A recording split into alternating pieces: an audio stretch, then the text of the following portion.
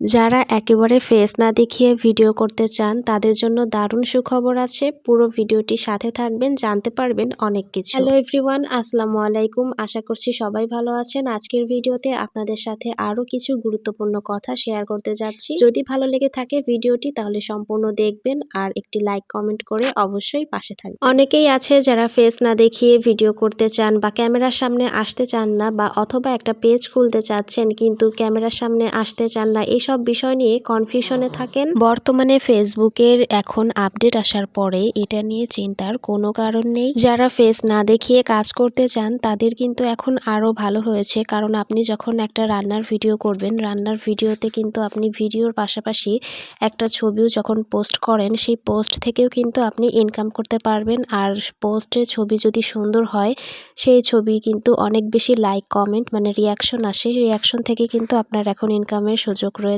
এছাড়াও যারা বাহিরে ঘুরতে পছন্দ করে, ঘুরে বেড়ানোর ফাঁকে ফাঁকে যদি আপনি সুন্দর সুন্দর দৃশ্য বা সুন্দর সুন্দর ছবি আপনি তুলতে পারেন, সেই ছবিগুলো যদি আপনি ফেসবুকে পোস্ট করেন, সেই ছবি থেকেও কিন্তু আপনার ভালো যদি লাইক কমেন্ট আসে, সেখান থেকেও কিন্তু আপনার ইনকামের সুযোগ রয়েছে। অর্থাৎ আপনি আপনার ফোন থেকে যে কন্টেন্টগুলো আপনি ক্রিয়েট করবেন, ফোন থেকে যে তোলা সুন্দর সুন্দর ছবি ভিডিও, আপনি যদি নিজের অরিজিনাল ভিডিও ছবি দেন, সেখান থেকেই কিন্তু আপনি ইনকাম করতে পারবেন। তাই ফেস দেখানোর কোনোই প্রয়োজন নেই।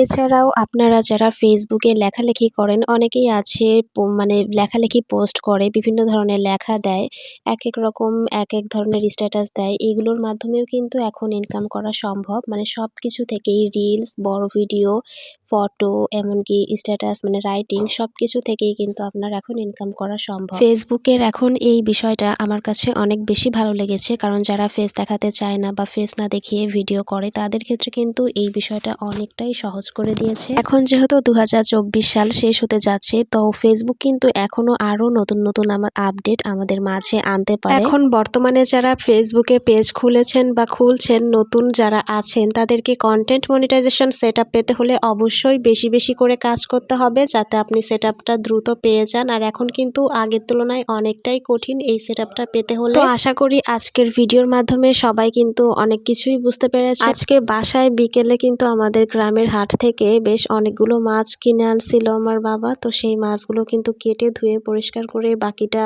ফ্রিজে রাখা হয়েছে। আর কিছু মাছ কিন্তু এখানে আমরা ভাজবো রাতে খাওয়ার জন্য। গরম ভাতের সাথে মাছ ভাজা কিন্তু খেতে বেশ ভালোই মজা লাগে। এখানে সবগুলো মাছই কিন্তু বাটা মাছ ছিল, আর 2টা পুঁটি মাছ পাওয়া গেছে। সেই 2টা পুঁটি মাছই কিন্তু এখন ভেজে নিয়েছি, আর এখন এই যে ভাতের সাথে খেতে বসবো। তো পুঁটি মাছ কিন্তু আমার কাছে অনেক মজা লাগে ভাজলে, যদিও একটু কাটা বেশি, তারপরও খেতে কিন্তু বেশ স্বাদ। তো যাই হোক, আমি কিন্তু ভাতের সাথে খেতে বসে পড়েছি। তো কার কার পুঁটি মাছ ভাজা ভালো লাগে কমেন্টে জানাবেন। আর আজকে ভিডিওটা এখানেই শেষ করছি। সবাই ভালো থাকবেন। আল্লাহ হাফেজ।